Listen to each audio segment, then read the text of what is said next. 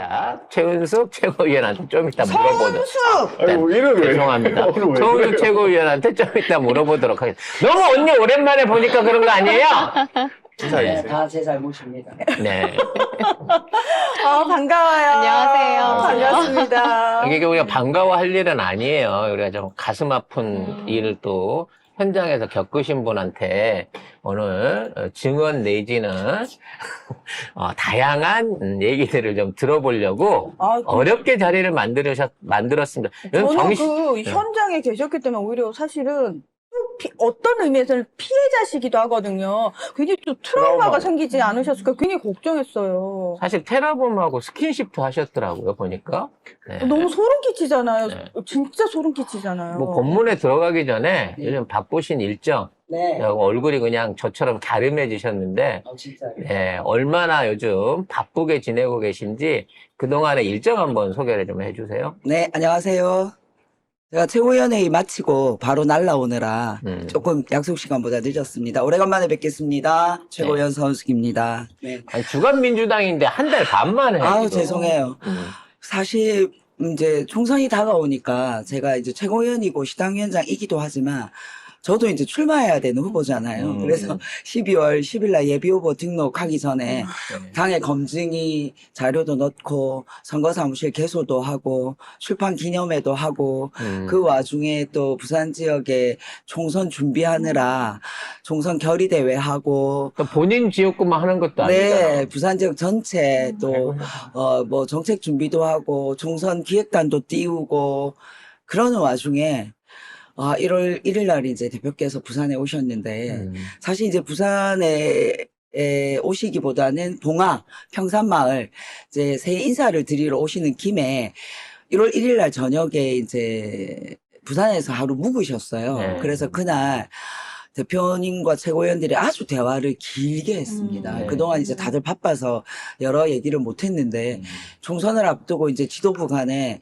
여러 가지 이제 자유로운 얘기들도 많이 했고 또 총선 준비 어떻게 하자 이런 얘기들도 하고 아주 이제 오래간만에 소통이 되어서 편안한 마음으로 자고 그 다음 날 이제 평산마을 가기 전에 대표께서 어쨌든 부산의 현안 사업인 가덕신공항이 이 엑스포 실패로 인해서 좌초되면 안 되니까 우리가 이걸 챙겨야 된다, 민주당이. 그래서 한 번 더 현장에 가서 그동안 민주당이 만들어 놓은 성과를 정부가 계속해서 이어나가도록 하자라고 해서 갔는데 행사도 잘 끝났어요. 그날 행사도 잘 끝났고 또 주민들도 오셔서 여러 가지 이제 현안 사업들 대표에게 전달도 하고 부산시에서 나와서 설명도 하고 그래서 대표께서 특별히 당부까지 하시고 마치고 저희는 이제 제가 바로 대표 옆에 있다가 네. 이제 대표께서 걸어 나오시면서 그날따라 이제 언론인들에게 잠깐 브리핑을 하셨어요. 그 전날 이제 언론인들이 되게 많이 왔거든요. 근데 따로 이제 시간을 내지 못해서 미안한 마음에 언론 브리핑을 하는 와중에 그 틈에 이제 그 일이 있었던 거죠. 사건이 있었던 거죠. 그래서 저희는 그 옆에서 다른 이제 얘기하고 이러고 있다가 저도 이제 옆에서 다른 분하고 다른 얘기를 하고 있다가 이제 비명소리를 듣고 바로 이제 저는 대표님한테 뛰어갔는데 그때 이미 쓰러지신 상태였죠.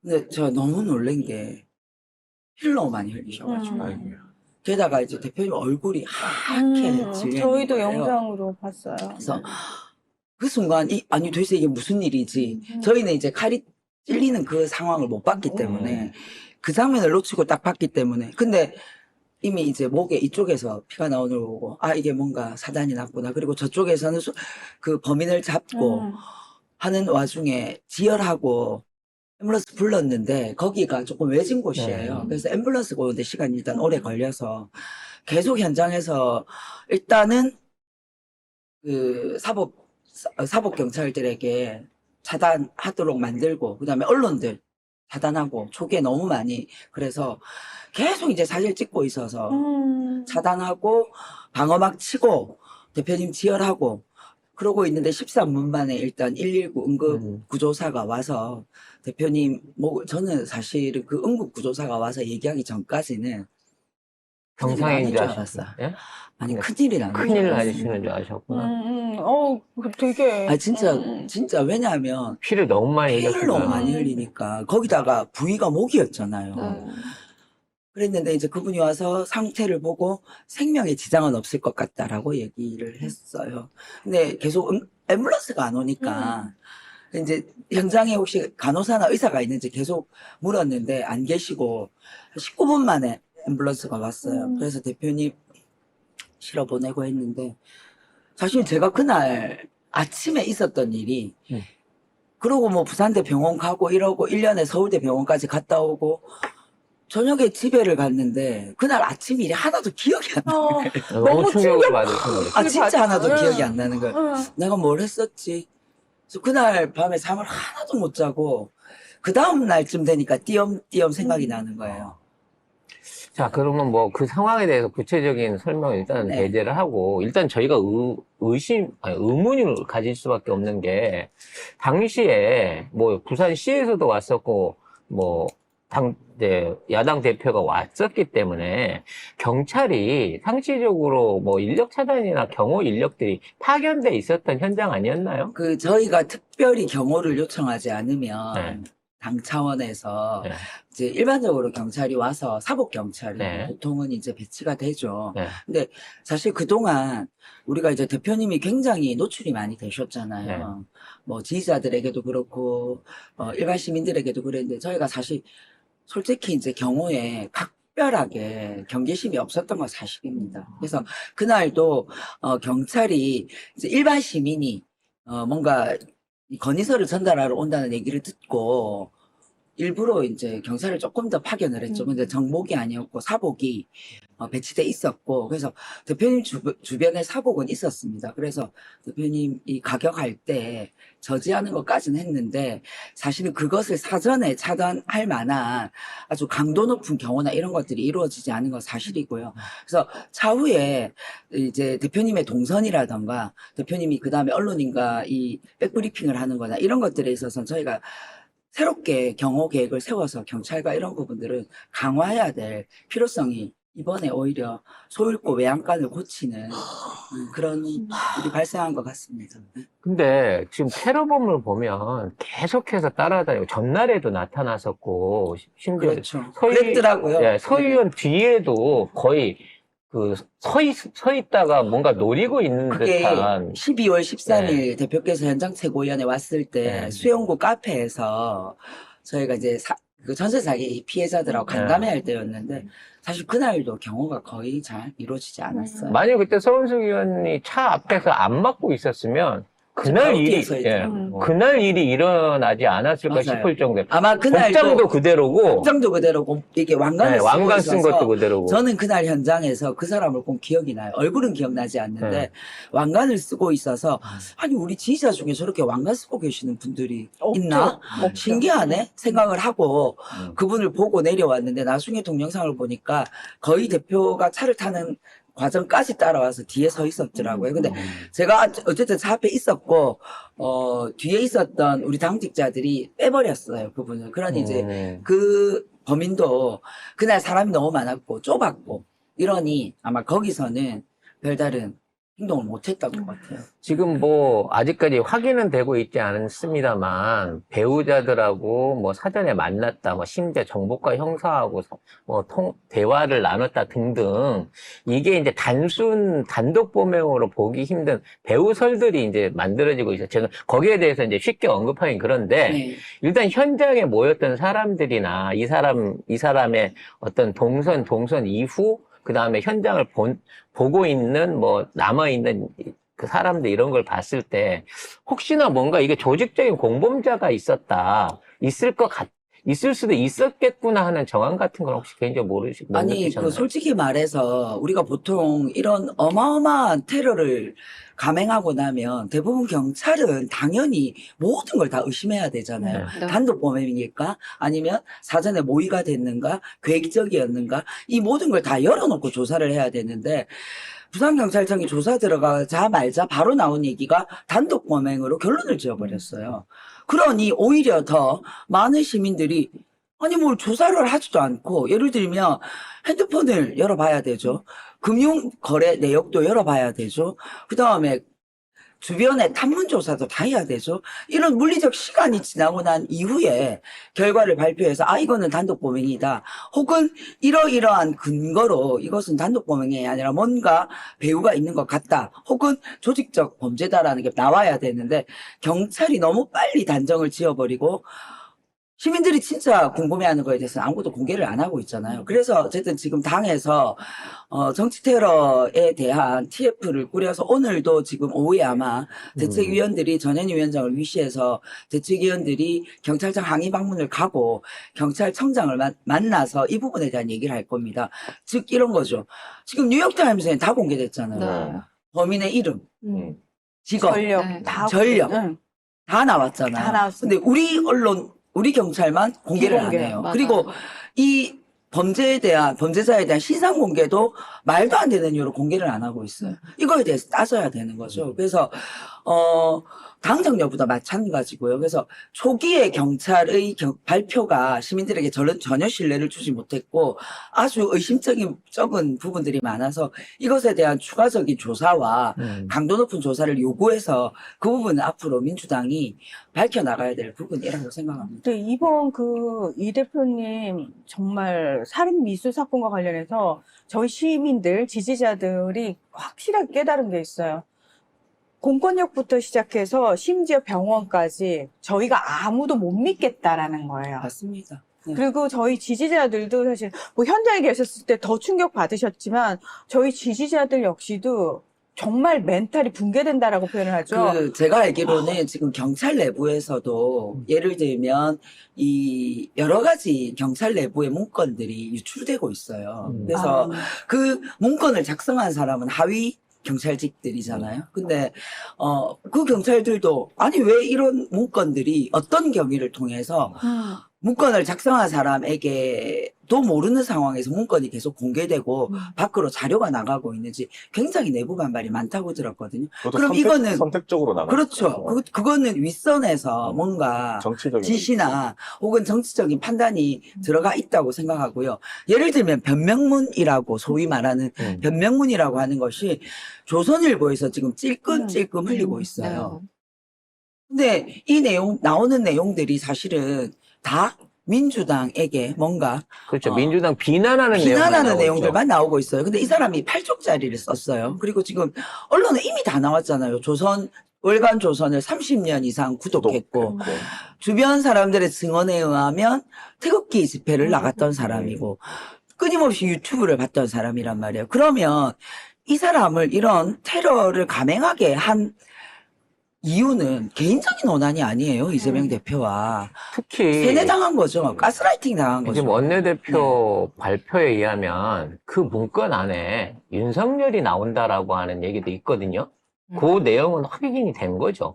이게 지금 언론을 통해서 찔끔찔끔 나오고 있는 내용들이죠. 네. 그래서 지금 민주당이 그 변명문에 대해서 공개하라. 그리고 언론들에게도 저희가 요청하는 게 뭐냐면 물었어요. 기자들이 범행 동기가 뭐냐라고 물으니 내가 경찰에게 변명문을 줬다. 그거 참고해라. 라고 얘기를 했어요. 그럼 그럼 언론은 그걸 밝히라고 한 거 밝히라고 아니야? 얘기해. 그렇죠. 범인이 밝히라고 얘기한 거고 그걸 단지 경찰에게 넘겼다는 거거든요. 그럼 언론도 그것을 공개하라고 요구해야 돼요. 근데 조선일보의 찔끔찔끔 보도를 받아 쓰고 있는 거예요, 지금.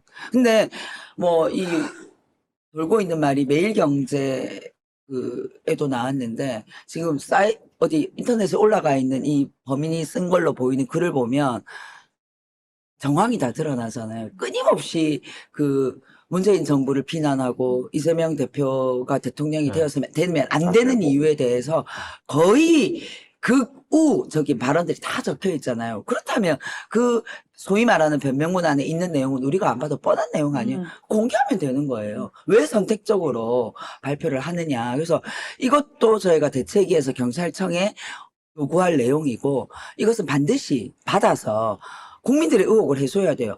제일 중요한 게 범행 동기인데 범행 동기가 안 나오고 있어요. 근데 저희가 진짜 짚고 넘어가고 싶은 게 있는데 이 방송 직전에 11시 때 봉준호 감독님, 윤종신 씨 그리고 김희성 배우가 나와가지고 고 이성균 씨와 관련돼서 기본적으로 언론이 정말 말도 안 되는 짓거리를 하고 어떻게 보면은 살인자의 위치에 섰잖아요. 저는 민주당에서 제발 언론을 향해서도 좀 강하게 목소리를 낼 필요가 있지 않나. 이게 너무 지지자들 입장에서는 답답합니다. 실시간으로 당시 속보가 나올 때 외신도 동시에 속보가 나왔거든요. 외신의 제목은 거의 천편일률적으로 똑같았어요. 뭐다? 한국의 야당 지도자가 기자들 앞에서 칼에 찔렸다예요. 심지어 알자지라 방송까지 다 그렇게 나왔단 말이에요. 그러니까 객관적인 사실을 떡하니 헤드라인에 박아줬는데 우리 언론은 어느 것도 그런 식으로 박은 데가 없다고요. 맞습니다. 그러면 민주당 측에서 이 언론을 향해서도 저는 뭔가 강하게 압박을 해야 되는 거 아닙니까? 그래서 저희가 이제 초기에 그 대테러 본부에서 나온 그 초기 상황, 총리실 관련해서 총리실에서 나온 나온 가짜뉴스. 예, 그 가짜 뉴스를 일단 고발하고 총리실을 고발하고 혹은 가짜 뉴스에 대한 법적 조치들을 강하게 지금 진행을 하고 있습니다. 그리고 어제 이제 경찰에서 그 발표했던 내용이 네. 이게 아무것도 경찰의 없지 뭐. 수사 발표가 아니에요. 초동 발표에 불과한 내용이거든요. 그래서 이것을 오늘 아마 경찰청장에게 항의하러 갈 내용이고, 사실 이제 이재명 대표에 대한 테러가 방금 말씀하신 것처럼 외신의 보도가 가장 정확한 거예요. 언론이 보는, 온 국민이 지켜보는 언론 앞에서 야당 대표가 성직 테러를 당한 거예요. 아니죠. 암살 미수죠, 사실은. 그렇게 당한 것인데, 그 뒤에 나온 뉴스들이 전부 다 왜 서울대병원에서 수사를 헬기를 했냐, 헬기를 탔니 많이 이런 이런 걸로 홀대론까지 정말 너무 말도 안 지역 돼요. 감정까지 이제 물타기를 해서 흐리고 있는 것은 저는 이걸 통해서 감추고 싶은 것이 분명히 있다라는 생각이 들고요. 지금 이제 윤석열 정권은 이재명 대표를 사법 스토킹 하다가 안 되니 이제 이재명 대표는 생명 위협까지 받았어요. 이제는 지금 이제 펜으로 이재명 대표를 죽이겠다고 다 덤벼들고 있는 형국이에요. 그래서 마지막까지 끝까지 제대로 잘 싸워야죠. 근데 저 윤희근 총장 이런 사람 항의 방문하고 언론에 대갖고 뭐 성명 발표해봐야 솔직히 물리적으로 해결될 게 없을 것 같아요. 지금 특검에 관한 얘기까지도 지금 나오고 있다고 하는데, 네. 자, 여기에 대한 그 당내 의견 내지는 준비상을 어떻게 가고 있는 겁니까? 어제 그 정청래 최고위원께서 이것이 제대로 밝혀지지 않으면 특검까지 가야 될 사항이라고 얘기하셨는데, 이게 총선 전에 갈 수 있는 건가요? 경찰이 지금 계속해서 이런 발표나 내용들에 대해서 밝히지 않고 공개하지 않고 계속 숨기고 간다면 결국은 그렇게 갈 수밖에 없죠. 밝혀내야 될 문제이기 근데 때문에 이게 특검으로 갈 수밖에 없죠. 물리적인 시간으로 봐서 뭐 송작가 TV에서 지적한 바 있습니다만 경찰과 검찰이 서로 기소와 수사 보강을 미뤄가면서 시간을 끌어서 이걸 결국 총선을 넘길 거고 그 총선 전에 이게 이슈가 되지 않는다고 치면 어차피 총선 안에만 막으면 어떻게든 얘네들은 지금 있는 것처럼 경상이다 뭐 가짜뉴스로 도배를 해볼 생각으로 지금 수습을 할 것 같은데 물리적인 방법으로 이거를 총선 내지는 국정조사라도 진행할 수 있는 가능성 있습니까? 검토하고 있습니다. 네, 안 되는 거네요.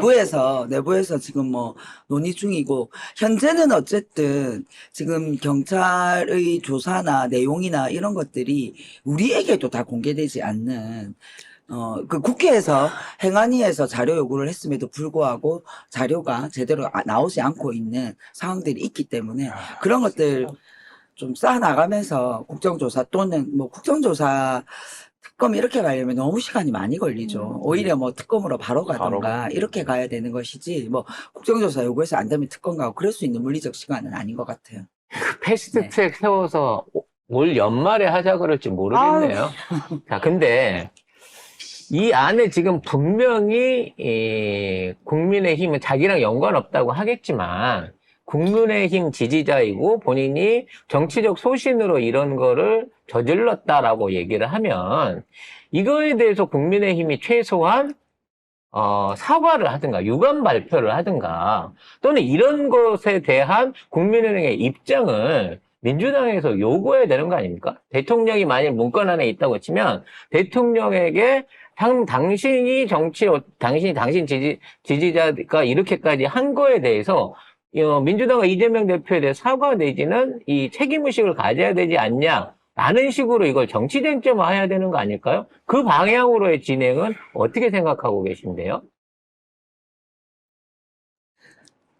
지금 정국이 사실은 이제 그 김건희 네. 50억 클럽 쌍특검을 대통령이 거부하고 있고, 그 거부한 것에 대해서 이제 국민적 분노나 또 민주당의 대응이나 이런 것들이 가고 있으면서 한축으로는 사실은 이 이재명 대표에 대한 정치 테러에 대한 대응들을 함께 나가야 되는데, 사실 이 부분이 자꾸 덮이고 있는 거죠. 네. 언론이 덮고, 아, 또 그러고 있는 거죠. 아니, 이거 사안의 엄중성에 비해서는 사실 이것들이 정치 쟁점화 되지 못하고 있는 그러니까 것이 이게 사실입니다. 총선 이슈로 정치 쟁점화하고 네. 이것은 사실은 기획된 정치 테러다라고 강하게 주장할 수 있는 일부 의원의 목소리라도 있으면 좋겠는데 뭐 비난하려고 하는 건 아닌데요.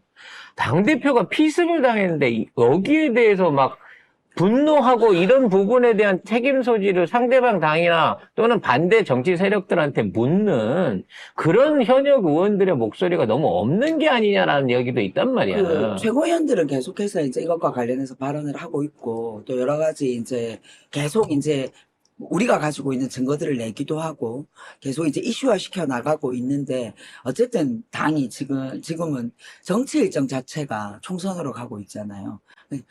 많은 현역 의원님들이 다 지역구에 많이 가 계시는 것 같아요. 그래서 사실은 이것이 정치 쟁점화 되고 있지 못하는 그런 안타까움들이 있는 것이 사실입니다. 그래서 아마 지지자들이나 많은 당원들이 이 부분에 대해서 되게 분노하고 있고, 예, 그런 게 사실이죠. 지금 퇴원 이후에 이재명 대표 직접 한번 뭐 만나시거나 그날 퇴근하시는 날 네, 뵀습니다. 뵀습니까? 네네. 근데 사실 그 보시기에 퇴원하실 만큼 지금 몸 상태가 어느 정도 좀 호전이 되신 건가요? 좀 다른 정치 일정 때문에 무리한 퇴원을 지금 강행하고 계신 상황인가요? 무리해서 퇴원하신 건 아닌 것 같고, 네. 그래도 조금은 상태가 이제 안정이 되어서 네. 집에서 계속해서 이제 좀 살펴봐도 되겠다 싶어서 퇴원을 하신 것 같고요. 뭐 당사 출근 일정 같은 거 좀 그런 예정이 건 돼 아직까지 얘기되고 있지 않습니다. 네. 그래서 당분간 일단 집에서 조금 안정을 취하실 것 같고요. 이게 뭐 신체적인 안정도 필요하지만 전 정신적 정신적으로, 안정이 더 예, 필요합니다. 뭐, 치료를 좀 받으셔야 되는 게 네, 아닐까. 우리 대표님이 아무리 강한 분이라 하더라도 뭐 동영상 봐서 아시겠지만 그 정도의 충격은 인간에게는 굉장한 극심한 스트레스를 유발하는 외상후 스트레스성에 시달릴 만한 상황이거든요. 그래서 저는 대표님에게 병원이 꼭 안정된 공간이었을까? 네, 아니었을 것 같아요. 오히려. 솔직히 더 불안할 것 네, 같아요. 그래서 오히려 저희는 서울대 병원을 간다고 했을 때 서울대 병원을 믿어도 돼? 그러니까 아니, 우리가 스파이 영화를 너무 많이 봐가지고 그렇죠. 네. 병원에서 사고 나는 걸 너무 많이 봐가지고 아니 이제 뭐 병원 그런 것도 있지만 막 계속 언론들도 와 있고 지지자들도 걱정하고 있고 이러시니까 어쨌든 지금은 집에서 조금 안정된 시간이 지나고 나면 적절한 시기에 당무에 복귀하실 거고요. 잘 아시잖아요. 대표님이 집에 계시지만 마냥 그냥 계시겠어요. 뭐 저 같은 사람도 마냥 그냥 못 있을 것 같은데 여전히 아마 여러 가지 지금의 상황이나 당무에 골똘해 계실 것 같아요. 근데 전 제발 다 내려놓으시고 당무만 좀 쉬셨으면 좋겠어요. 정말 머리를 좀 비웠으면 좋겠는데 쉽진 않으실 것 같아요. 당 내의 의원들도 그렇고 인사들도 그렇고 쉬게 내버려 두질 않고 있잖아요. 네. 솔직히. 그렇죠. 그날 대표가 퇴원하시고 그날부터 시작해서 뭐 계속해서 계속 이제 뻥뻥 터지고 있죠. 네. 일단 뭐 그 얘기는 조금 이따 진행을 해보도록 하고요. 일단 현재 대표 부재인 상황에서 최고위나 나머지 이제 남아 계신 최고위 지도부들이 당무는 지금 정상적으로 잘 진행되고 보고 계신 있습니다. 거죠. 네. 뭐 대표의 빈자리가 크긴 하지만 어쨌든 그 정청래 최고위원을 중심으로 해서 네. 여러 가지 당무들은 진행이 되고 있고 또 원내대표께서도 여러 가지 당내외 상황들에 대해서 잘 대처하고 계셔서 아직까지 뭐 당무에 큰 문제는 없고요. 그리고 이미 이제 오늘 공천관리심사위원회가 1차 회의를 진행했습니다. 그래서 이제 지금부터 공식적인 공천관리 활동이나 그 다음에 이제 이런 활동들이 진행될 거라서 당무에 뭐 큰 지장은 없을 것 같은데 그래도 어쨌든 지금 뭐 탈당하는 의원들이 있고 또 뭐 이낙연 전 대표가 또 탈당을 하고 이런 상황에서 대표의 빈자리가 큰 건 사실입니다. 네. 자, 그러면 이제부터는 약간 민주당 내부 소식들을 한번 여쭤보면서 상황들을 좀 점검을 해볼게요. 자, 말씀하신 대로 야채 의원 셋과 왜 하나가 빠졌는지 모르겠지만 이낙연 전 대표가 탈당을 했습니다. 이 탈당 이후에 당내 분위기라 그럴까요?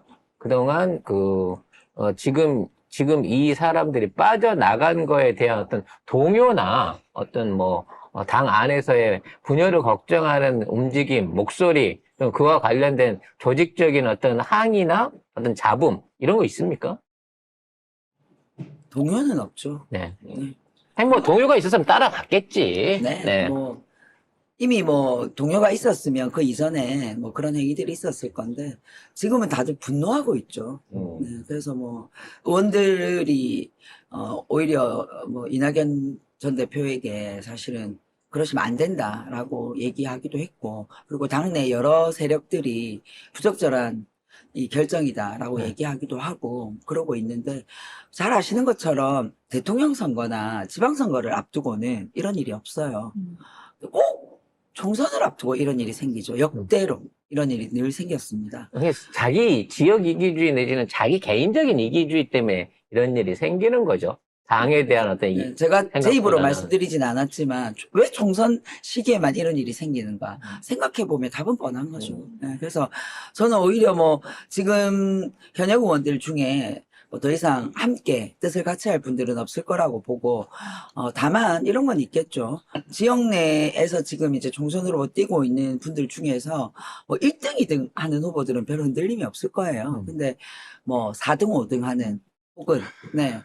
본인이 조금 어차피 경선도 안 되고 안 될 것 같다. 그러면 이런 분들 중에는 동료가 있을 수 있겠죠. 어, 네, 근데 우리가 보통 새로 만들어지는 신당이 성공 여부는 현역이 얼마나 있느냐. 그렇죠. 네, 이제 이걸 중심으로 보게 되다 보니까 뭐 지금 뭐 후속적으로 뭐 다른 동료는 저는 없을 거라고 보고 자꾸만 언론에서 일부의 행동을 민주당 전체의 분열로 만들고 있는데 간과하고 있는 게 민주당 국회의원이 몇 명이에요. 169명 69명인데 뭐 좀 빠졌다 하더라도 그쯤 되는데 그 중에 탈당하신 분이 3분이에요. 그렇죠. 네, 현역. 그걸 좀 네. 기억했으면 좋겠습니다. 자, 근데 이제 최근 들어 탈당 철회를 촉구하는 의원들이 뭐 110명이 넘는다 뭐 이런 얘기가 있잖아요. 네. 근데 이제 언론 프레임은 이낙연의 탈당을 걱정해서 돌아오라고 한 얘기다라고 해석하는 미친 언론도 있습니다. 그리고 돌아오라고 한 사람들이 숫자가 과거에 박광원 원내대표를 선출했을 때, 그러니까 박광원은 그 당시에 이제 차기 공천에 대한 약속을 뿌리고 다니면서 원내후보에 당선된 거 우리가 다 알고 있는 얘기니까 그런 세력들을 한번 다시 모아갖고 뭘 해보려고 하는 과거의 기득권파, 현역 의원파들이 지금 다시 집결하고 있는 게 아니냐라는 걱정도 있는데 이 성명의 의미, 그리고 이러한 성명이 나왔던 이유나 그 주동했던 사람들의 의도는 뭐라고 봐야 될까요? 그거 이제 강득구 의원님이 네. 그날 기자회견 이제 주도하시고 뭐 의원들에게 여러 가지 이제 의견도 받고 뭐 그랬던 것 같은데 그 말 그대로 그거예요. 지금은 통합해서 총선을 이겨야 하는데 당을 분열시키는 행위를 전직 당대표가 하는 건 적절하지 않다. 그 행위를 하지 마라라는 얘기예요. 네, 그거를 그 말 그대로 그것을 촉구하는 것이고 뭐 그래서 동의한 의원들도 계시지만 뭐 여러 가지 뭐 이유로 하지만 뭐 그것에 동의하지 않았다고 해서 이낙연 대표가 나가는 거 나는 뭐 찬성해 이러는 분은 한 분 빼고는 저는 없을 거라고 생각해요. 한 분. 네. 제가 보기엔 여러 명 있는 것 같은데요. 말 나왔으니까 그 한 분, 윤영찬 의원 같은 경우에는 아니, 당내- 왜 이름을 얘기 안 했는데 단정 지어서 말씀하세요. 아니, 그냥 성태가 아니, 생각에. 한 세 명은 모르는데. 예, 일단 뇌피셜이라고 한 얘기해주세요. 한 명은 그밖에 없잖아. 네. 아무튼, 윤영찬 의원 같은 사람은 지금 당 안에 남아가지고 무슨 뭐 신당을 지지한다는 등, 뭐, 당에 뭐 바른 소리랍시고 하면서 갈등 조장하는 발언을 하고 있고, 정성호 위원의 그 문자 공개 파동도 문제가 되고 있고, 또 김찬영 의원인가요? 또, 누구요? 아이고, 김한규? 김한규 의원. 김한규 의원의 퇴원 이후 그 페이스북 글도 지금 충격적이었어요. 계속해서 잡음들을 만들어내고 있잖아요. 힘들어. 이런 의원들에 대한 일벌 100개 내지는 징계가 좀 강력하게 돼야 이게 지금 이 버르장머리를 고칠 것 같다는 생각이 드는데, 김한규 의원의 발언에 대해서는 뭐 모든 분들이 아마 분노의 감정, 왜 이 시기에 저런 부적절한 발언을 할까라고 다 생각하고 계십니다. 그래서 뭐 지도부에서도 그 부분은 인지하고 있고 지금 많은 당원들이나 또 뭐 의원님들이나 다들 그 사안에 대해서는 심각성을 다 느끼고 있기 때문에 네.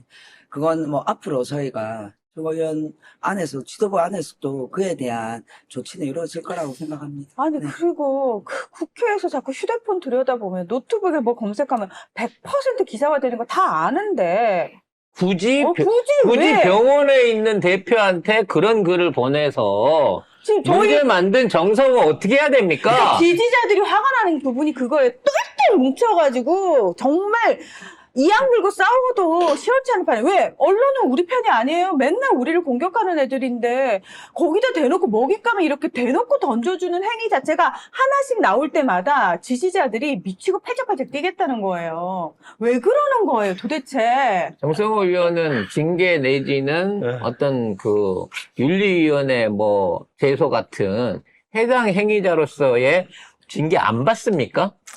아, 말씀하기 곤란한 아유, 입장인가요? 네, 아니 뭐 사실은 이게 선거가 다가오면 네.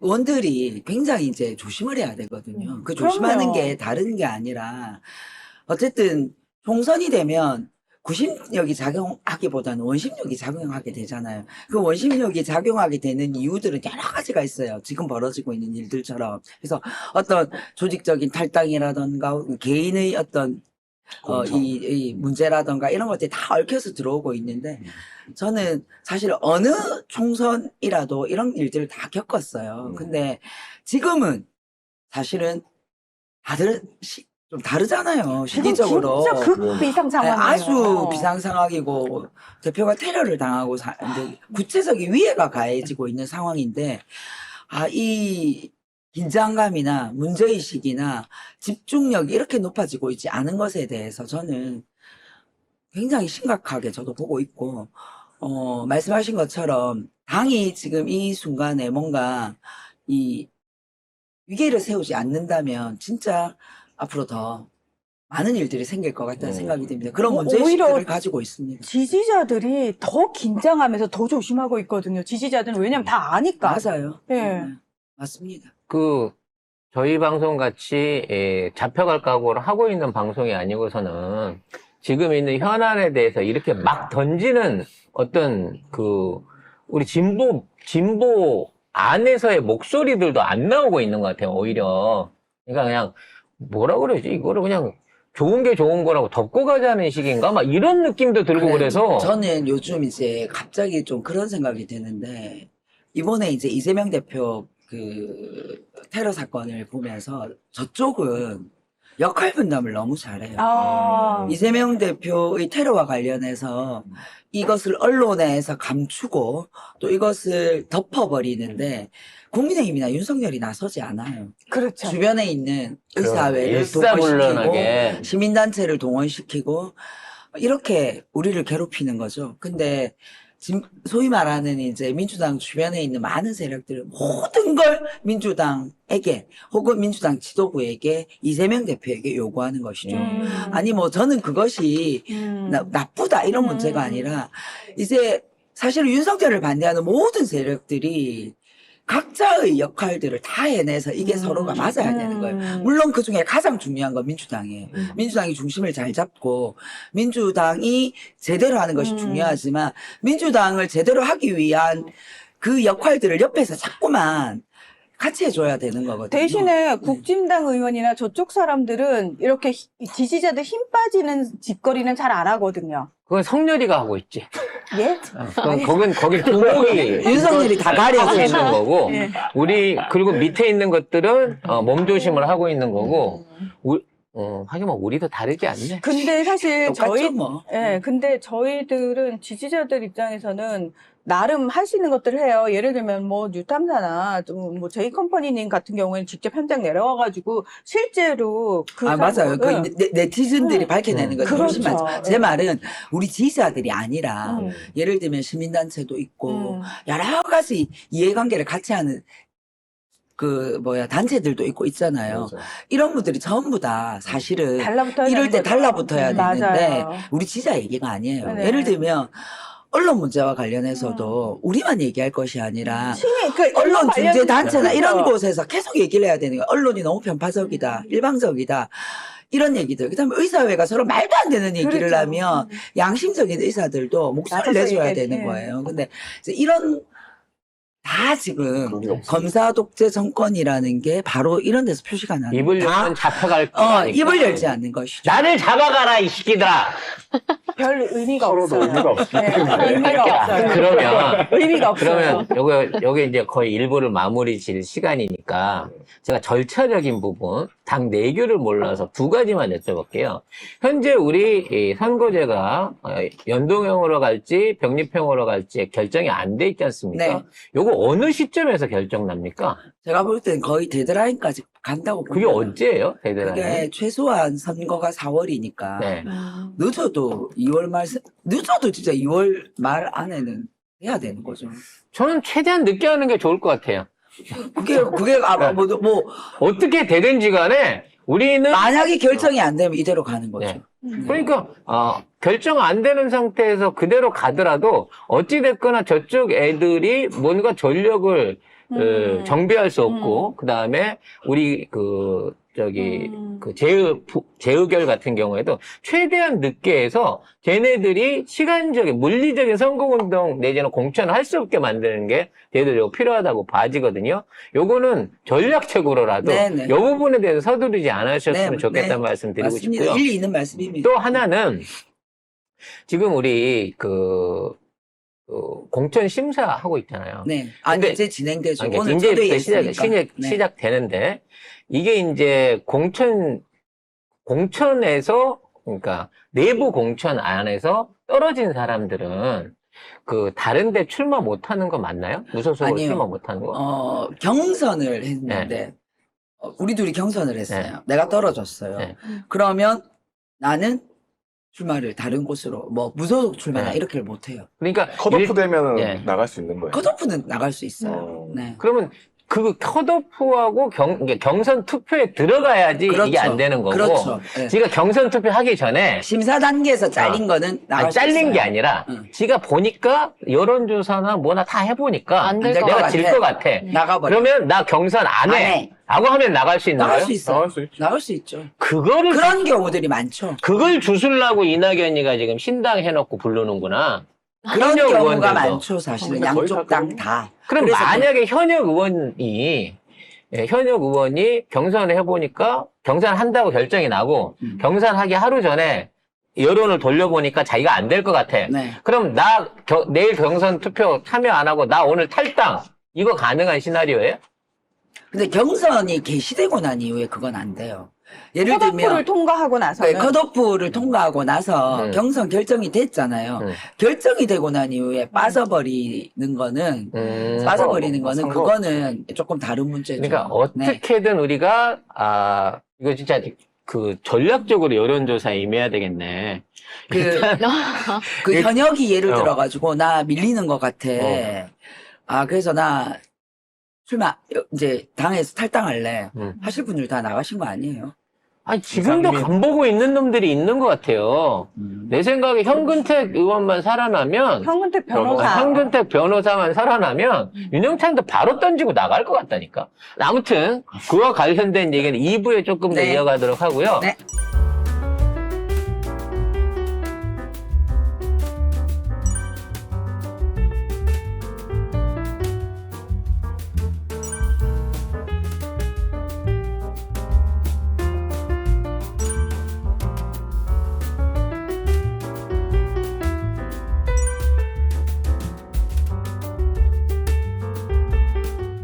자, 가열차게 다시 한번 민주당 구하기 주간 민주당 2부 이어가 보도록 하겠습니다.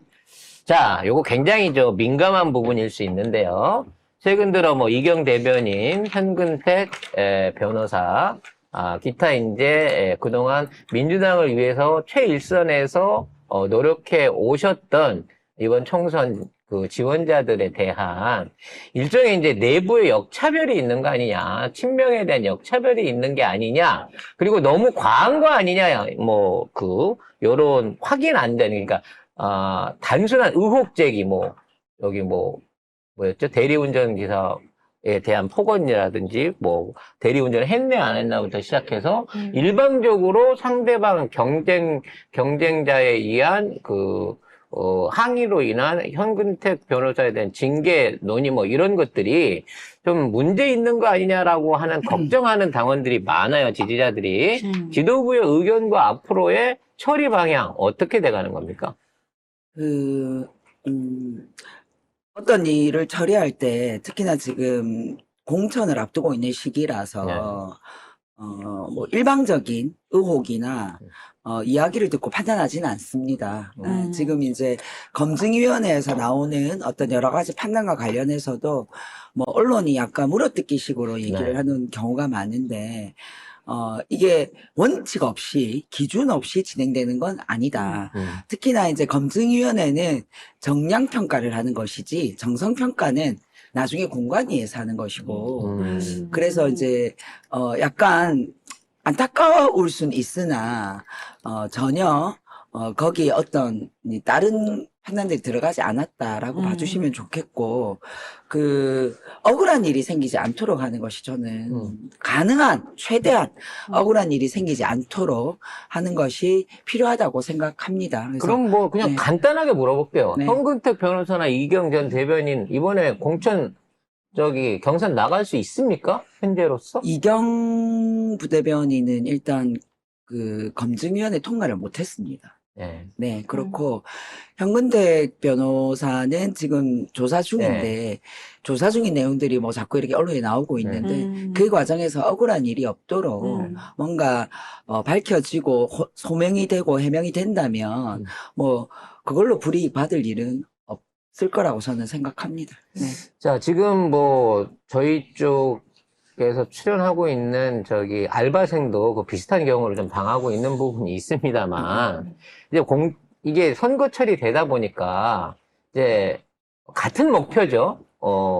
똑같이 이제 공천을 받기 위한 민주당 안에 있는 후보자들끼리의 일종의 이제 충돌 맞습니다. 같은 이런 것들이 네, 잡음을 많습니다. 만들어내는 게 굉장히 많을 것 같아요. 많아요. 네네. 자, 이런 부분 안에서 이게 과열되지 않게끔 지지자들의 어떤 정치 혐오를 불러일으키지 않게끔 당 내부적으로 또는 지도부에서 어떤 정도의 규범이라든지 관리가 필요한 부분이 있을 것 같은데 거기에 대해서는 어떻게 준비가 되고 참 있을까요? 이게 다 케이스 바이 케이스라서 일괄적으로 뭐라고 얘기할 수는 없는데 실제로 이제 현장에서 경선이 일어나고 있는 지역 같은 경우에는 거의 사생결단의 분위기입니다. 그렇겠죠. 그런 분위기로 갈 수밖에 네. 없어요. 같은 당이지만 경쟁자이기 때문에. 그래서 저는 우리가 후보들이 늘 자기 스스로 관리를 조심해야 되는 게 상대와 싸울 때는 분명한 것이고요. 지금 우리가 싸우고 있는 상대, 특히나 검찰을 앞세우고 있는 정권이기 때문에 당선되고 나서도 당선 무효가 될 가능성이 높아요. 그래서 매사를 조심해야 됩니다. 음. 네, 그것과 함께 그걸 가기 이전까지 그러면 저쪽에서 꼬투리를 잡는 많은 소스를 어디서 찾느냐? 우리 당내 경선에서 다 소스를 찾아요. 그렇죠, 잘 아시잖아요. 네. 이재명 대표에 대한 그렇죠. 의혹이 어디서 시작되었나요? 우리 내부에서 시작됐죠. 내부에서 시작됩니다. 네. 그래서 이제 가능한 한 싸우는 후보들이 나는 내 옆에 있는 후보와 싸우는 것이 아니라 윤석열 정권과 싸운다라고 생각하고 그것을 목표로 가야 된다고 저는 생각해요. 그래서 이제 부산 지역에도 이렇게 경선의 과정에 있는 많은 후보들이 괴롭거든요. 힘들거든요. 그런 얘기를 하는데 저 늘 그렇게 얘기합니다. 지금 당신이 싸우고 있는 것은 당신의 경선 후보가 아니라 윤석열이다. 그것만 마음에 새기고 멘탈 관리하면서 흔들리지 말고 가야지 본선까지 갈 수 있다라고 얘기하는데 참 그게 쉽지 않죠. 정치인들에게. 그래서 그 과정에 많은 게 생길 수 있습니다. 그래서 우리 지지자들도 안타까운 일이 생길 수는 있으나 당의 결정이 뭐 100% 옳다고는 말씀드릴 수 없지만 거의 저는 이 뭔가 근거를 가지고 하는 거라고 공정하게 할 생각합니다. 것이다. 네, 공정하게 할 것이고 또 진행돼 왔고 앞으로도 그렇게 하겠습니다. 그래서 그런 부분들 안타깝지만 조금 지켜봐 주시고 하지만 또 문제가 있을 때는 언제든지 문제 제기해 주시고 뭐 형문택 같은 경우에도 바로 이렇게 조사를 하니까 내용들이 나오잖아요. 그렇죠. 네, 그래서 이런 과정들, 재심의 과정들이 있고 다시 한번 심사할 수 있는 과정들이 제도적으로 있으니까 그런 과정들을 통해서 우리가 최대한 억울한 일이 생기지 않도록 특히 이재명과 가깝다고 해서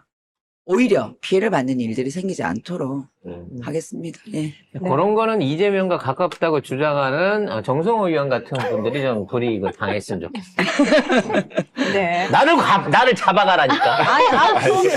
영양가가 없다고 말씀드렸고요. 자. 자, 손숙 최고위원님한테 제가 지금 방금 나 후원금 보냈는데, 어떻게 하셨어요, 후원 계좌를? 네? 여기 저희가 틈나는 대로 이렇게 네. 하고 감사합니다. 있습니다. 네. 네. 여러분이 주시는 후원금은 대한민국의 새로운 정치를 위해서 잘 쓰도록 하겠습니다. 저는 서은숙 최고를 우리나라 최고의 여성 정치인으로 좀 키우고 싶은 마음이 있거든요. 제 개인적으로. 이미 너무 훌륭하시지만 아니지, 앞으로 감사합니다. 해주실 일들을 저는 큰 일을 좀 많이 맡기고 싶어서, 예, 얼마 안 되지만 제가 키우려고. 이렇게 약간 어릴 때 다마고치 키우듯이 그 느낌으로. 감사합니다. 예. 그래서 여러분께서도 우리 서은숙 최고 사실 더 많은 일 시키고 싶잖아요. 내 일 시키고 싶은데 공짜로 부려먹기는 좀 미안하고. 일 시켜주시면, 선불로 주시면 제가 그러니까요. 먹튀하지 않고 잘 갚겠습니다. 예, 많은 분들이 좀 힘을 모아주시면 좋을 것 같아요. 방금 댓글에 유미나님께서 부산 진구의 친인척 30명에게 다 얘기하셨다. 와. 이게 너무 감사해요. 너무 고맙습니다. 근데 사실 서은숙 최고님을 도와드리기 위해서 저희가 출동을 하고 싶은데 혹시 저희가 나타나는 게 피해가 될까봐 가겠다는 얘기를 못하겠어요. 아니, 근데 제가 토요일마다 네. 부산 진구 안에 제일 큰 시장인 부전시장을 다니거든요. 네네. 근데 지난주 토요일 날 아침 일찍 시장을 갔는데 어떤 분이 지나가는 저를 붙잡고 여성분이 송작가 TV에서 봤어요. 화이팅! 이러고 가시는 거예요. 부산에서도. 네, 그래서 네. 제가 송작가 TV 안 나간 지 너무 오래됐어요.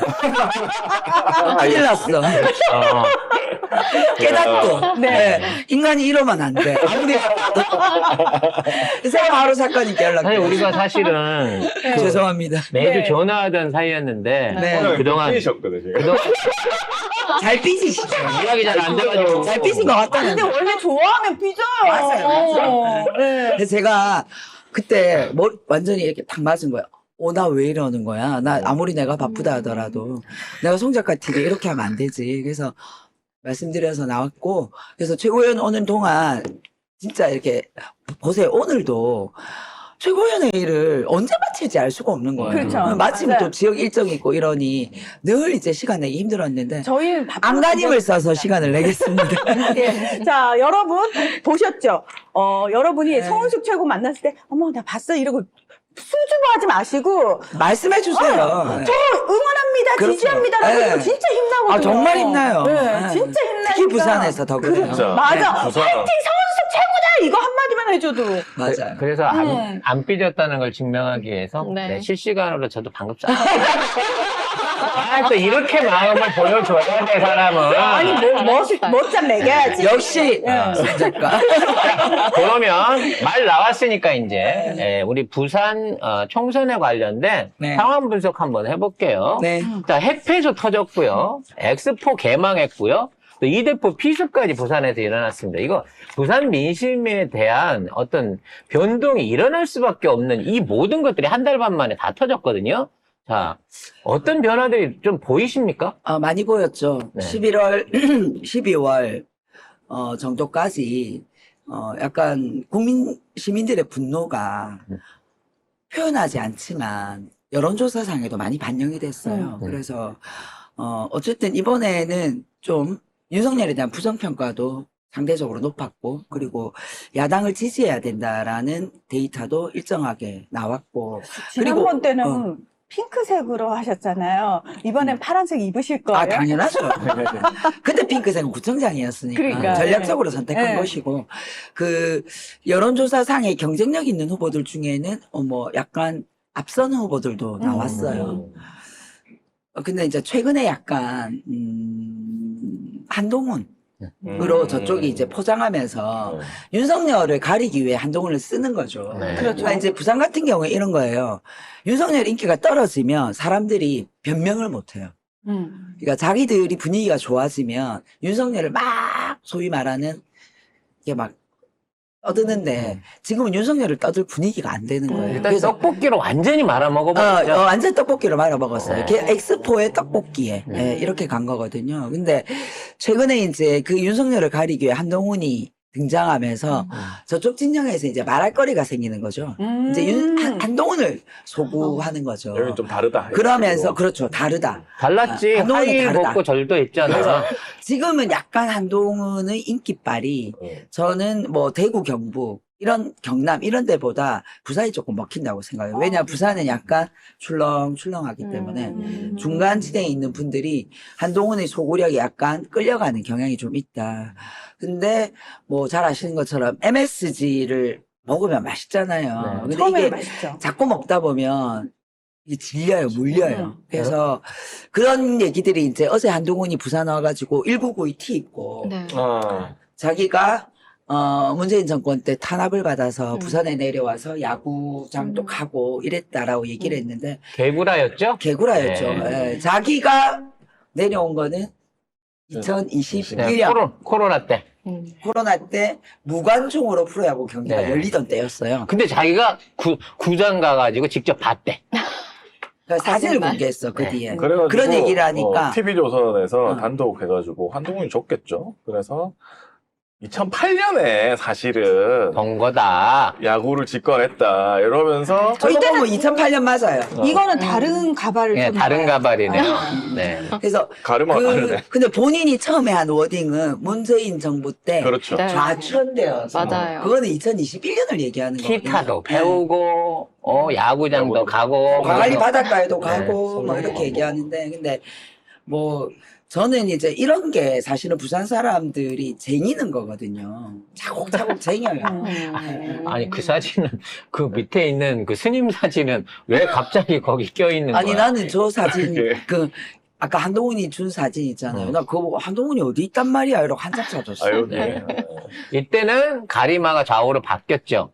다른 가발이요. 이때 범죄를 저질렀으면 지금은 판독이 안 되는 거예요. 가리마가 바뀌었기 다르다. 때문에. 네, 가르마가 네. 바뀌었기 그래서 지금 부산 민심은 이렇게 요동을 치고 있어요. 그러면 저희가 사실 그게 좀 안타까운 부분인 게 뭐냐면은 이번에 부산에서 뭔가 바람이 제대로 불 수 있을 거란 기대를 막 가지고 있는 상황에서 살짝 그 민주당 내에서도 뭔가 부산을 그렇게 썩 신경 쓰지 않는 것 같은 저만의 느낌이겠죠. 이상하게 이렇게 아니 뭐 불길한 느낌이랄 게 얘기를. 없는 게 원래 뭐 좀 간판 얼굴이 좀 유명한 사람이 좀 있어줘야 이게 선거하기가 조금 괜찮은데 그게 뭐 부산에 가기로 했던 분들이 이제 자꾸 수도권으로 가신다고 하니까 그 그게 좀- 대표님은 부산에 너무너무 관심이 많으세요. 네. 대표님은 확실히 알고 계세요. 민주당이 부산에서 이기지 않으면 다음 정권을 가져오기도 힘들다라는 걸 그렇죠. 알고 계시고 예를 들면 그래서 뭐 전현희 전 위원장이나 유삼영 총경이나 이런 분들이 부산에 좀 싸워줬으면 좋겠다라는 이제 그런 얘기를 부산에서도 했고 했는데 사실 이제 부산을 굉장히 두려워하죠. 도전자들이 부산이 험지다라고 네. 생각하는데 부산에 정치하는 저희들은 부산이 마냥 험지가 아니거든요. 부산은 경쟁력 있는 후보는 이겨요. 얼마 전에 여론조사 꽃에서 나온 전재수를 보셨죠. 전재수 의원 지역구 같은 경우에는 압도적으로 이기잖아요. 그거는 전재수 의원이 어쨌든 가지고 있는 지역 경쟁력이거든요. 부산은 예를 들면 뭐 조금 이 언론에 부각되는 분들이 오면 이겨낼 수 있어요. 그 정도의 텃밭이 있는 곳들이 있어요. 그럴 때 딱 앉히면 이겨낼 수 있는데 이게 겉으로 보기에는 험지라고 생각하는 경향이 있죠. 그래서 민주당이 외면하기 시작하면 절대로 민주당은 부산에서 이겨낼 수가 사실 없어요. 부산은 한 40에서 45는 그냥 깔려져 있잖아요. 지난번 민주당 평균 득표율이 총선에서 43%였어요. 그죠? 그 정도는 깔려 있거든요. 원래. 2, 3%만 버티면 조금만 하면 그거는 돼. 후보가 가져. 조금만 경쟁력 하면 있는 돼. 후보는 가져와요. 가지고 지금 3대 15가 15대 3으로 바뀔 수 있는 구도가 지금 그렇죠. 돼 있는 거고요. 네. 부산에서 만일 진짜로 반반 이상 정말 오히려 우리가 승리를 거둬올 수 있는 게 된다면 부울경부터 경남까지 전부 다 충분히 도전해 볼 만한 여건이 그럼요. 생긴다는 거거든요. 이제 불경 지역 안에서는 부산이 가장 역동성이 높은 곳이기 때문에 그렇죠. 경쟁력 있는 후보가 제일 중요하다. 우리는 이렇게 보고 있고. 근데 어쨌든 이번 총선에는 지역 내에서도 경쟁력이 있는 후보들, 예를 들면 뭐 구청장을 해서 지역 내 인지도나 검증이 된 후보들이 있고, 그 다음에 현역 후보들이 있고, 그 다음에 이제 이재성 영입, 네, 인재. 영입 인재가 또 부산에 출마할 것이고, 또 저희가 포기하지 않고 부산에 또 후보들을 포진하기 위한 노력들을 계속 할 거기 때문에 그런 라인업 만든다면 부산은 싸워볼 만하다. 그리고 뭐 지금 일시적으로 한동훈이 인기를 누리고 있지만 선거는 아직까지 90일 가까이 남았어요. 그렇죠. 이 과정에 한동훈이 지금 계속해서 부산에 와서 이번에 했던 이런 것들이 쌓여 나가고, 그리고 자꾸 이제 이재명 대표 지역 병원 폄하 이런 게 뭔가 먹힐 것 같지만 부산 시민들 입장에서는 그냥 이거는 지나가는 거거든요. 아무리 언론이 키우고 싶어도. 그래서 그것보다 더 큰 것은 김건희 특검 안 받고 있는 거, 그다음에 윤석열이 하고 있는 실정, 이 심판론으로 저희가 좀 더 세게 밀어붙인다면 싸워 낼 수 실제로 있는 곳이라고 봐요. 부산에서 이렇게 도시면 그런 시민들이 그런 얘기 하세요? 뭐 김건희 특검이라든지. 아유, 해요. 혹시 김건희 비호를 다 아시나요? 부산 사람들은? 아니, 그런 얘기를 하신다니까요. 김건희 좀 치워줘. 그 다음에 뭐 빨간색 좀 치워줘. 이런 얘기를 노인들이 일단 하시고, 어르신들은 약간 김건희에 대한 반감이 되게 많아요. 오. 되게 의외네요. 부산 사람들 정서에 김건희가 안 맞죠. 설치고 나대는. 부산이 안 받으시네. 리스크를 만들어내고 있는 사람이 김건희라고 보는 거죠.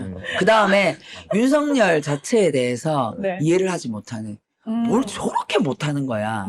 이런 게 좀 있으시고, 제가 이제 지금 부산 진구의 가장 큰 부전시장을 이렇게 다녀보면 그 시장이 되게 엄청 세요. 시장 사람들 세잖아요. 그렇죠. 민주당 오면 막 욕해요. 무조건 욕해요. 니들이 한 게 뭐 있다고 뭐 선거때만 되면 돌아다니고 이런. 요즘 그런 말이 1도 없어요.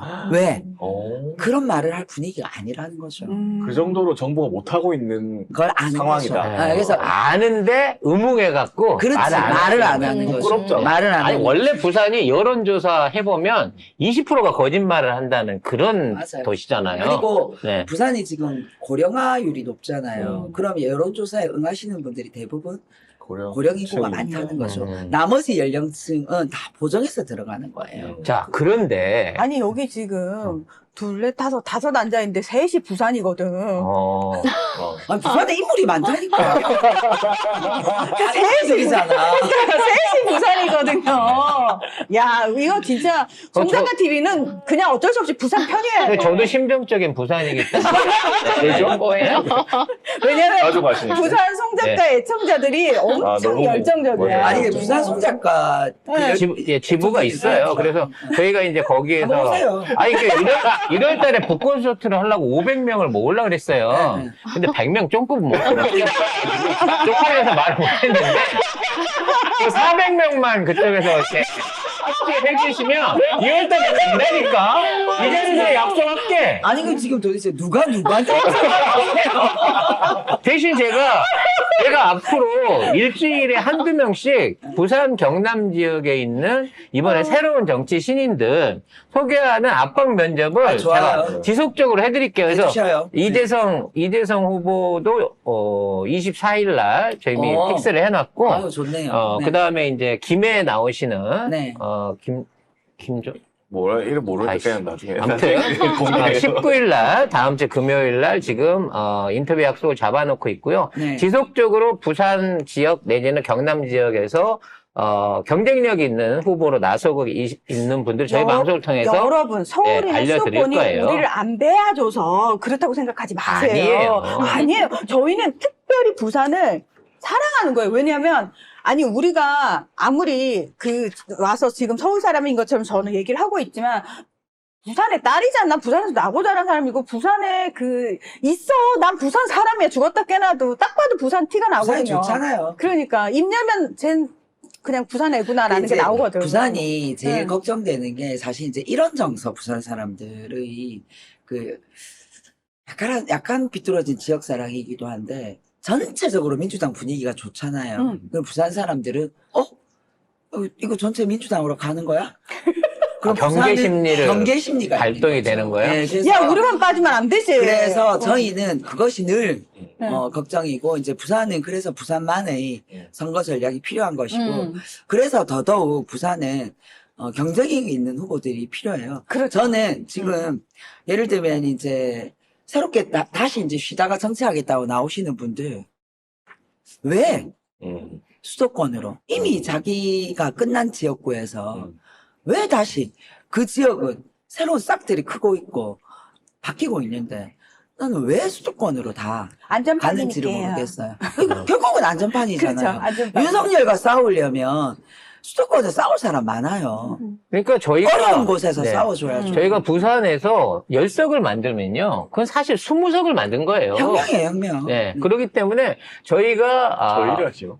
송작가 TV가 그 역할을 할 수는 없겠지만 불씨는 지필 수 있다는 거야. 왜냐면 너무 이분들이 기성 내 것이도 마찬가지지만 이런 인터넷 언론에서조차 지역 후보들이나 지역에 있는 총선 경쟁에 대한 관심이 떨어져요. 근데 부산 의원도 한 표고요. 서울 의원도 한 표예요. 그럼요. 그렇다고 치면 험지에서 고생하고 험지에서 경쟁하려고 하는 쪽에다가 힘을 실어줘야 된다.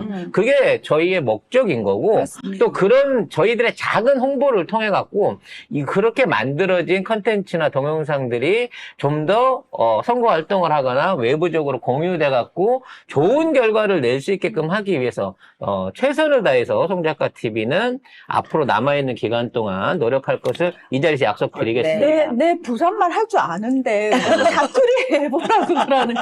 내 부산 사람이라고 몇 번을 저 얘기했는데. 궁금한 거 있는데 부산의 어떤 이슈? 지역 이슈?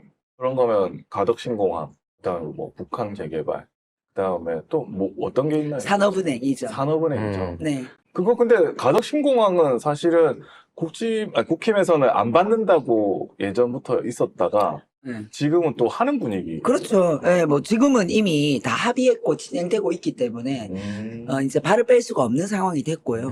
그래서 저희는 이제 이것이 실질적인 공항의 역할을 할 수 있도록 계속 이제 지켜보고 있는 거고. 근데 그 전에 가덕신공항은 사실 부산에 신공항이 생기면 대구 경북 쪽에서 반대하기 때문에 할 수도 없고 안 할 수도 없는 그런 상황이 있었잖아요. 근데 그 문재인 정부 때 그렇죠. 대통령께서 어쨌든 마침표를 찍은 거죠. 그렇죠. 예, 특별법 만들어 통과시키고 민주당의 노력이 없으면 안 되는 건데 그렇죠. 지금 이제 국힘이 숟가락을 얻고 있는 그러니까 거죠. 자기네들이 하는 것처럼 지금 심지어 민주당이 해놓은 걸 갖다가 그러니까 지들 걸로 해갖고 땡겨가려고 심지어 하는 거야. 자기네는 반대해놓고. 그래놓고 지금은 산업은행 가지고 지네가 해야 될 일을 민주당 때문에 안 되고 있다고 얘기하는 엄청난 사람들의 그래서 저희가 사실 이제 산업은행 문제 이런 것도 수도권 기득권을 누리겠다는 거거든요. 그렇죠.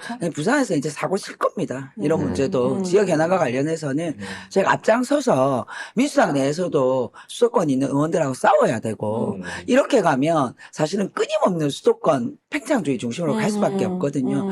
민주당 안에도 그런 기류가 있어요. 그래서 사실은 노무현 대통령이 말한 국가의 균형 있는 발전을 만들어내려면 지역에 민주당 의원들도 있어야 싸움이 가능한 아유, 거예요. 그럼요. 그렇게 네. 해주시고 여러분 잘 아시는 것처럼 절벽에서 피는 꽃이 훨씬 더 가치 있고 아름다워요. 그래서 민주당 부산에서의 한석은 수도권의 열석이다 생각합니다. 그래서 그런 결과를 만들어낼 수 있도록 저도 당선시켜 주시고 저도 제가 국회가 저 혼자 싸울 수 없어요. 부산에 같이 당선되는 동료들이 있어야 목소리를 그렇죠. 같이 낼 수 있잖아요. 야, 그래서 오늘 진짜 예. 야생화를 보네요. 많은 부산에 정말 고군분투하고 있는 부산의 지금 후보들은 벌써부터 새벽부터 밤늦게까지 뛰고 있습니다. 그래서 이런 현역들도 마찬가지예요. 사실 수도권 현역들 그렇게 안 뛰잖아요. 아무리 우리가 욕을 하지만 전재수, 최인호, 박재호 새벽부터 밤늦게까지 뛰고 있습니다, 여러분. 욕하는 걸 아시는구나. 네, 그래서 어쨌든 이 사람들이 국회의원이니까 욕하는 거잖아요. 네, 맞아요. 이분들과 또 새롭게 부산에 당선되는 사람들이 같이 내부에서 싸우고 같이 새로운 정권을 만들어낼 수 있도록 여러분들이 많이 도와주시고 중요한 건 이재명 대표님은 1월 1일 저녁까지도 늘 그렇게 얘기하셨어요. 부산에서 무조건 이겨야 된다. 지금까지보다 제일 나은 결과를 만들어야 다음 정권을 가져올 수 있다고 그 전날까지 결의를 진짜 도원 결의를 했는데 내가 그만. 네, 여러분들이 많이 도와주시면 저희가 더 열심히 뛰도록 하겠습니다. 근데 이제 저는 요거는 좀 번외 얘기인데 지금 부산 쪽을 이제 국지모 만만히 보고 낙하산을 누굴 꽂을까? 또는 누구 유리하게 꽂을까를 돌리다 보니까 아직까지도 구체적으로 그 나비 효과라 그죠? 뭐 하나 떨어지는 바람에 밀려가는 나비 효과들이 막 나오고 있어요. 맞아요. 일단 뭐 윤석열 친구가 하태경을 밀어내고 그 자리에 온다더니 또 마음이 바뀌어서 수도권에 송파로 간다네요. 갔어요. 네. 수도권으로 갔은 게 그 자리가 하태경으로도 경쟁력이 없는 자리인지 모르겠는데 그래서 그 자리를 빠지다 보니까 뭐 장해찬이 온단 말이 있었다가 또 장해찬이 옆으로 간다 그러고 뭐 난리예요. 황보승이 남자친구가 온다 그랬다가 뭐 어디로 가는지 모르겠고 지금 난리거든요. 그쪽 저희 지역 공천은. 같은 경우에도 지금 있는 현역 의원이 공천을 100% 못 받는데 네. 그럼 누가 오냐? 아무도 몰라요. 그러니까. 아무도 이름이 거론되는 사람도 없어요. 그래서 그러면 혹시 저쪽이 안 나와서 그냥 무혈 입성하시는 거 아닐까요? 저는 그런 유행을 바라지 않습니다. 싸워 이기겠습니다. 근데 인제가 와갖고, 진짜 한 3개월 전에도 지역 주민도 모르던 사람이 갑자기 꽂아가지고, 나 검사인데, 너 비서실 있다 나왔는데, 대통령실 있다 나왔는데 이러면서 와서 꽂혔어. 그래도 그 사람을 뽑아줄 정도로. 예전에는 뽑아줬죠. 예, 의식은 근데 많잖아요, 우리. 과연 지금 부산 시민들이 그럴까요? 네, 저는 쉽지 않을 거라고 봅니다. 제가 우리 지역만 해도 그래요. 예, 뭐 우리 지역이 끊임없이 이제 떠돌이들이 와가지고 네. 저러고 주인 행세를 하고 있는데 보세요. 결국은 뜨내기들은 가버리고 주민만 남아서 그렇죠. 피해를 보고 있잖아요. 그렇죠. 그래서 뭘 고민하냐? 지역에서 나를 키웠으면 나를 써먹어라. 이제 그 지역에 이제 조금 이제 경쟁이 있는 후보들은 계속 그렇게 얘기를 하고 다니고 있죠. 근데 우리 송은숙 최고위원님은 이미 전국구 스타가 되셨잖아요. 네. 그래서 지역에서도 지역에 가면 이렇게 얘기하십니다. 내가 행사나 이렇게 인사를 드려. 아니, 뭘 바쁜데 이런 데까지. 뭘 바빠요? 지금 이분 실업자예요. 알바하고 있어. 아니, 내가 솔직히 여태까지 정치하면서 선거 때 가면 이러거든요. 보통 1번이 이거야. 뭐 말이야, 평소엔 안 보이다가 선거 때만 얼굴 보이고 이러거든요. 그래서 늘 가서 이제 저 자세야.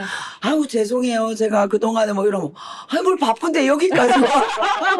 무슨 소리 하세요? 제가 바빠야 될 곳은 여기예요. 처음에 송작가 TV랑 비슷한 거예요.